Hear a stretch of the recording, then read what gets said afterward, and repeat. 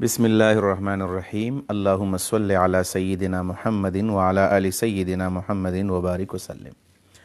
الحديث التاسع عشر عن أبي العباس عبد الله بن عباس رضي الله عنهما قال: كنت خلف النبي صلى الله عليه وسلم يوما فقال: يا غلام إني أعلمك كلمات احفظ الله يحفظك، احفظ الله تجده تجاهك، إذا سألت فاسأل الله وإذا استعنت فاستعن بالله.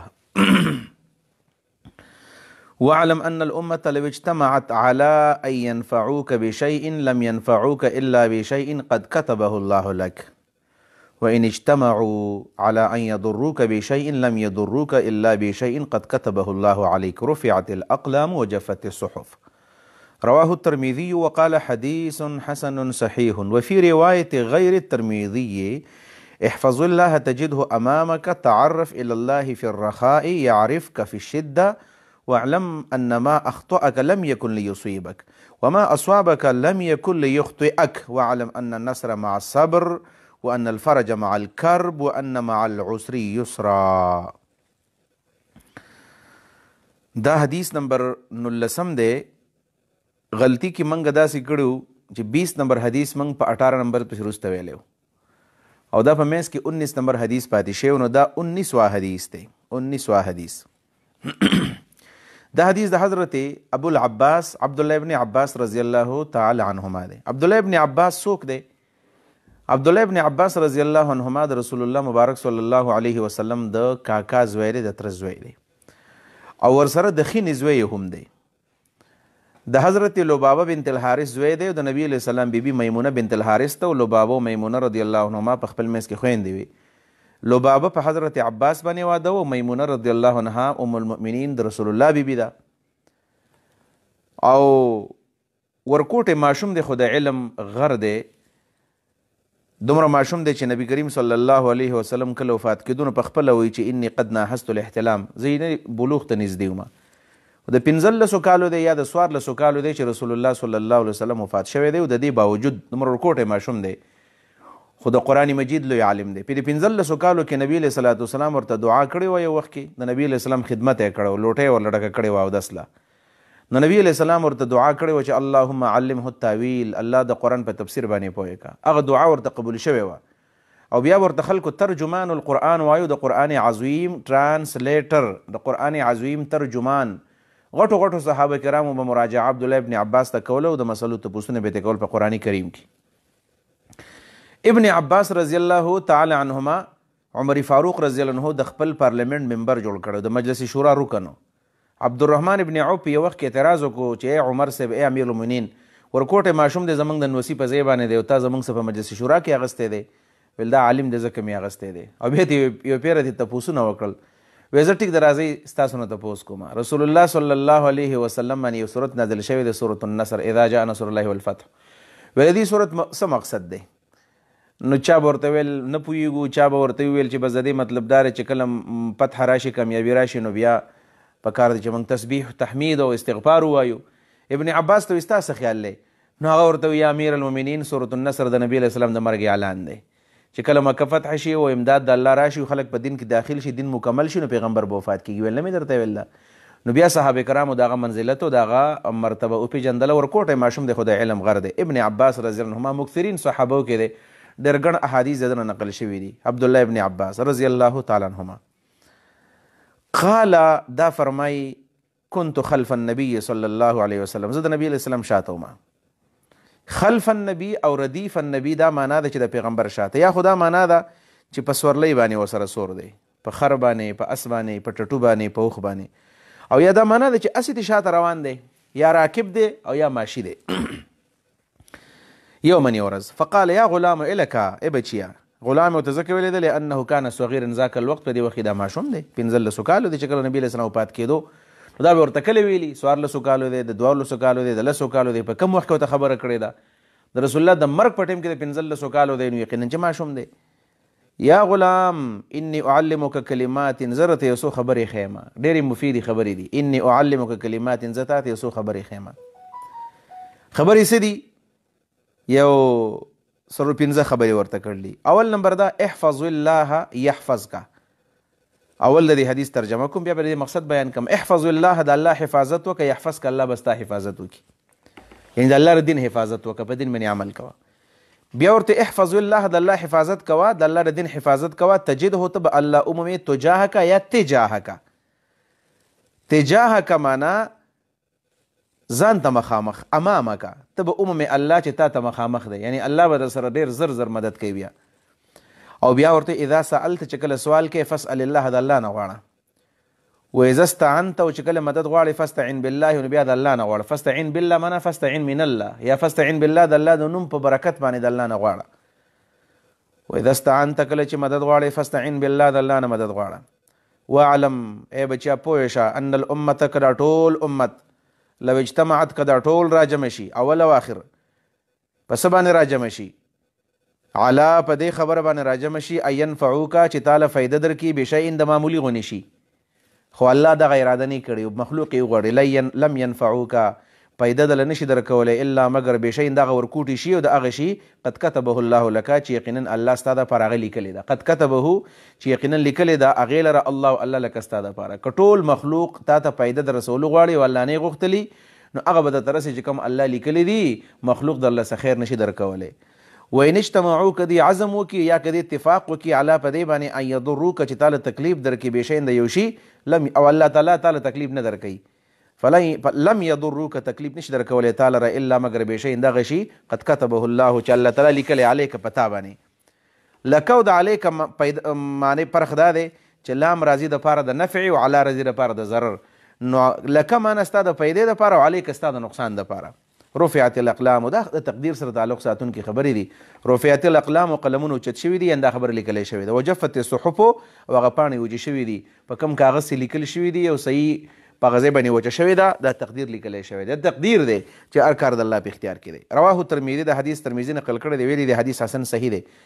په روایت د غیر ترمذي کې دا امام احمد رحمه الله په مسند احمد کې نقل کړی دی، صفحه نمبر 307 باندې.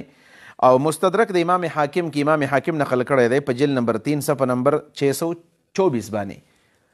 په هغه کې څه دي؟ د حاکم او د احمد روایت چې احفظ الله، الته دا الفاظ دي، د الله حفاظت وکړه، تجده ته به بیا عمومي الله امامک، ځان ته مخامخ، الته د تجاهک به ځای امامک دی. تعرف الی الله، تعرف الی الله، ځان ور یاد که الله ته، فی الرخاء، په خوشحالی کې، یعرف که الله به ته وپېژني. تعرف الی الله معنا الله ته ځان ور یاد که، معنا الله یاد که، الله یاد که، فی الرخاء، په خوشحالی کې، یعرف که په شد، الله به دې په غم کې یاد کړي. چې خوشحالي د باندې راشي، نو د الله تعالی د دین نه موزه، نو په غم کې به د باندې الله تعالی اسانتیا راولي. وعلم، پوه شه، ګورئ، انما بېشکه هغه شی اخطئک چې تا خطا کی. انما معنا چې الله تعالی لیکلی دي، انما معنا انما كتب الله اخطئک، معنا انما بېشکه هغه چې الله لیکلی دي، اخطئک چې تا به خطا کوي، لم یکن لیصیبک، لم یکن لیصیبک معنا دا ده چې تا سمې ته نشي رابللی او تا په سمه نشي روانولی. انما بېشکه هغه تقدیر، هغه لیکل، هغه فیصله، هغه لیک، اخطئک چې تا خطا کوي یا ته خطا کړی، لم یکن، نه و دا، لیصیبک چې تا حق ته ورسوي، تا ټیک کي او تا برابر کي. یعنی الله چې تا خطا کوي، نو خامخه به دې خطا کوي، دا معنا ده. الله د باندې مصیبت راولي، خامخه به د باندې راولي. او وما اصابک، هغه چې تا ته ورسېدو یو شی، یا دا معنا وکړه انما اخطئک، بېشکه هغه شی چې ته خطا کړلی، تا ته هغه مصیبت ونه رسېدو، دا معنا یم ده. لم یکن لیصیبک، دا تا ته نشو رسېدلی. انما بېشکه هغه شی اخطئک چې ته خطا کړلی او تا ته هغه مصیبت در ونه رسېدو. دا دویم نمبر معنا، لم یکن، نه و دغه شی لیصیبک چې تا ته رسېدلی وي. کله کله سړی یاره معمولي غونې کار وګڼي، مړو به خو بس پلاني راټینګ کړلم، نه نه نه نه، چې ته خطا کړی دا تا ته نشو در رسېدی. وما اصابک، هغه شی چې تا ته در ورسېدو، هغه مصیبت چې تا ته در ورسېدو، لم یکن، نه و دا مصیبت لیخطئک چې ستا نه خطا شوی وی. یعنې کوم مصیبت چې د باندې راغی، مه وایه چېرې که داسې نه وی شوی، نو داسې به نه وی شوی، که دا سعودي ته نه وی تللی، نه به وی مړ، داسې خبرې نشته دی. بیا دا معنا ده. او بل معنا دقه وه چې الله رب العالمین تا خطا کوي، نو لم یکن لیصیبک، بل څوک تا سمې ته نشي لیږلی، بل څوک تا نشي برابرولی. وما اصابک، او هغه چې الله تا ته یو شی در رسې لم یکن لیخطئک نو څوک داسې نشته دی چې هغه ستان هغه مصیبت لري دا معنی هم صحیح ده. وعلم پوشه ان النصر مع الصبر چې مدد د صبر سره دی که صبر کوي الله به د مدد کوي. وان الفرج بشک خوشحالي مع الكرب دا د غم سره ده چې غم راشي نو خوشحالي راځي ټول عمر غم نه. او وان مع العسر یسرا بشک د هر سختۍ سره اسانتیا وي. په دې حدیث کې اوسو خبر دی. اول نمبر دا وا چې اوسو کلمې ته خیمه نو دا تعلیم دی. اول نمبر دا احفظ الله يحفظك ته د الله حفاظت وکړه. د الله د حفاظت څه معنا ده؟ احفظ الله معنا د الله د حدود حفاظت وکړه د شریعت حفاظت وکړه اوامر نواهی په ځای باندې راوړه اوامر راوړه نواهی نه ځان وساته. نو يحفظ که څه معنا ده؟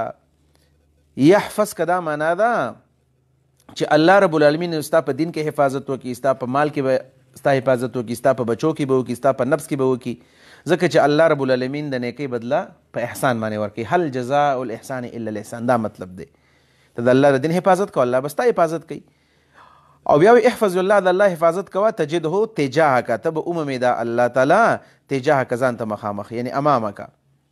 مطلب دا دی چې الله تعالی به تا ته خیر ښیي الله به تا ځان ته نږدې کوي الله رب العالمین تا د شر نه وبچ کوي الله به تا ته هدایت وکړي دا معنا ده.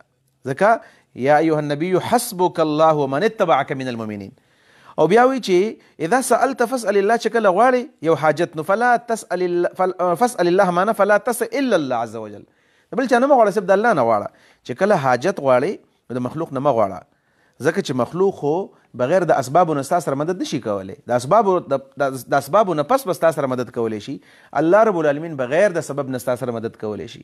د دې حدیث دا مطلب نه دی چې د بنده نه څوک لګدا او چاته د اوبر الله راکړه چا نه مغواړه نه دا مطلب نه دی یعنی بغیر د اسبابو نه چې ته باران وکړه او دا د الله نه بغیر چاته مو دا مطلب دی. واذا سألت کله چې غواړې نو فاسأل الله د الله نه غواړه. او اذا استعنت کله چې مدد غواړې کله چې مدد طلب کې نو د چانه نو فاستعن بالله معنا دا ده چې فلا تطلب العون الا من الله دا مدد صرف د الله نه وغواړه ځکه د الله په لاس کې ملکوت د سماوات او د ارض الله تعالی ستا مدد کولی شي. ته په الله باندې توکل وکړه او ته د مخلوق نه مدد مه غواړه او د مه وایه چې دا سبب د الله نه بغیر بل څوک هم فراهم کولی شي. مسبب الاسباب الله رب العالمین دی دا معنا ده. بیا ورته وایي پنځم نمبر خبره کوي وعلم پوه شه ان الامه چې دا امت لو اجتماعت که راجمع شي علی په دې باندې ان ينفعوک چې تا ته در ورسوي پیدا بشین د یو شي لم ينفعوک تعالی فایده نشي درکولی الا بشین مگر د یو شي قد كتبه الله لك چې یقینا الله سره پر لیکله که دا ټول امت د اول نه د اخر راجمع شي تعالی تک پیدا درکړي نو هغه څه پیدا به درکړي چې الله تعالی ستا لپاره لیکلی ده. مطلب دا چې د خپل ځان د خپل تقدیر نه زیات د الله نه مه غواړه بس دقه ستا دي او که الله دله څه درکړي دي په هغې باندې خوشحاله شه. یعنی ستا تنخواه 1 لاک ده نو بس دا پوره ده ستا تنخواه 50,000 دا پوره ده ستا مدن 10,000 دی دا پوره ده. مخلوق نه مه غواړه. د مخلوق د غوښتلو دا مطلب هم دی چې په حرامو پیسې مه زیاتوه او دا مطلب هم دی چې د چاته مه وایه چې زما سره مدد وکړه سوال مه کوه ګناه ده. شپږم نمبر خبره ورته وکړله چې ان اجتمعوا که دې راجمع شي علا په دې باندې یضروک چې تا له تکلیف درکړي بشین د یو شي لم یضروک تکلیف نشي درکولی تا لره الا مگر بشین دغه شي قد کتبه الله علیک چې الله په تا باندې هغه لیکلی دی. مطلب چې الله تعالی کومه فیصله ده نو هغه تکلیف به تا ته خامخا رارسي. مخلوق دغه ضرر سان لري کولی نشي. وجزاء سیئة سیئة مثلها. ومن نمبر خبره وکړه رفعت الاقلام قلمونو چت شوي دي او جفت الصحف او پاڼې وجې شوي دي. مطلب دا چې الله تعالی څه لیکلي دي هغه پوره دي. د الله د کلمو دپاره تبدیلي نشته دی. دا د ترمذي روایت دی. مسند احمد او مستدرک کې دا خبره ورسره شته چې احفظ الله د الله د دین حفاظت کوه تجده امامک د تجاهک او د تجاهک په ځای باندې امامک ویلی دی. الله به ستا حفاظت وکړي او تا ته مخامخ شي ته به بیا مخامخ یعنی ستا هر کار به ټیک کړي.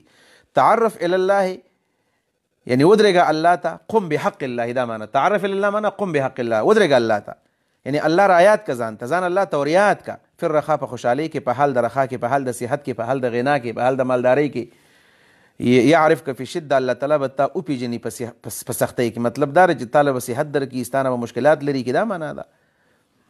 او واعلم پوه شه انما اخطؤک بېشکه هغه شی هغه ضرر هغه شی اخطؤک چې ته خطا کړلی او تا ته تکلیف در ونه رسېدو نو داسې مه وایه چې دا بل چا لري کو لم یکن لیصیبک دا تا ته نشو در رسېدلی. نه تا لاړلې چېرته پیر بابا له لاړلې هلته دې ډېرې زیاتې منښتې وکړلې بیا چې رالې اکسیډنټ دې وکړو بچ شوې دا زه پیر بابا له تللی وم او دا صدقې مې ورکړې وې هلته نظر و نیاز ځکه بچ شوم نه نه نه دا تکلیف تا ته نشو در رسېدلی دا د پیر بابا په وجه نه او دا الله تعالی ویلي دا به تا ته نه رسېږي دا یې معنا ده. وعلم پوه شه انما بېشک هغه تکلیف اخطؤک چې ته خطا کړی لم یکن نو دا لیصیبک چې تا ته در رسېدلی وی نه در رسېدو او ما اصابک هغه تکلیف چې تا ته در ورسېدو لم یکن لیخطئک ته نشوې خطا کولی. مطلب دا دی چې کوم تکلیف په تا باندې راغی د هغې دفع د چا په اختیار کې نه وه. ته وایې چاره که بالفرض دا بچا مې سعودي ته نه وی تللی نه به ویې مړ نه نه نه نه دا الله تعالی لیکلې وه. دی معنا ده. او بیا ورته وعلم پوه شه ان الفرج مع ان النصر مع الصبر چې مدد د صبر سره دی. په دې حدیث کې په دې جمله کې الله تعالی نبی علیه السلام موږ په صبر ورتېزوي چې تاسو ګورئ صبر کوئ، صبر علی الطاعات، صبر علی المصائب، صبر عن المعاصي، دا ټول تاسو بس صبر. او یمسسکم قرح فقد مس القوم قرح مثله. الله تعالی وایي که نو که تاسو تکلیف در رسېدلی نو کافرانو ته چې رسېږي خامخا به کېږي. وعلم پوشه ان الفرج بېشکه خوشحالي مع الکرب د غم نه وروستو ده، د غم سره ده. مطلب دا دی چې که ډېر زیات سختیانې په تا باندې راشي نو ګورئ خوشحالي نږدې ده، خوشحالي په تا باندې خامخا به راځي. پوشه ان الفرج چې خوشحالي مع الکرب د غم سره ده. و ان بېشکه مع العسر د سختۍ سره یسرا اسانتیا ده چې کله په تا باندې سختي راشي نو ټول عمر سختي بنې په تا باندې به خامخا راحت راځي. لہذا دا د الله تعالی فطري قانون دی چې په تا باندې خوشحالي به خامخا راځي. په دې حدیث کې څو فایدې دي. یو خبردار چې ماشومانو سره نرمي پکار ده، په نرمۍ ورسره خبره کوه یا غلام نه معلومه شوه. بله دا چې اهمیت والا خبره دا به خلکو ته کول غواړي. بله فایده ر دې دا ده چې څوک د الله ر دین حفاظت کوي نو الله به خامخا د حفاظت کوي. بله فایده پکې دا ده چې الله تعالی موږ ته وایي چې سوال د الله نه کوئ بل چا نه مه کوئ. د دې سره سره د دې حدیث دا مطلب هم دی چې ګورئ ما تحت الاسباب د بندګانو مدد کول جایز دي، خو ما فوق الاسباب څوک نشي کولی او نه د چا نه غوښتل پکار دي. بله فایده پکې دا هم ده چې صابرینو ته نبي علیه السلام زیری ورکو. بله فایده دا هم ده چې غم والا ته نبي علیه السلام زیری ورکو چې تاسو باندې خوشحالي روانه ده. غټ بشارتونه دي. او سره نبی علیه الصلاۃ والسلام بندګانو ته تسلي ورکړل ده چې په تقدیر باندې خوشحاله شي، چې کوم تکلیف راځي خامخا به راځي، چې کوم خوشحالي راځي خامخا به راځي. نسبت به الله تعالی ته کوو. الله تعالی دې موږ په دې باندې پوه کړي. واخر دعوانا الحمد لله رب العالمین.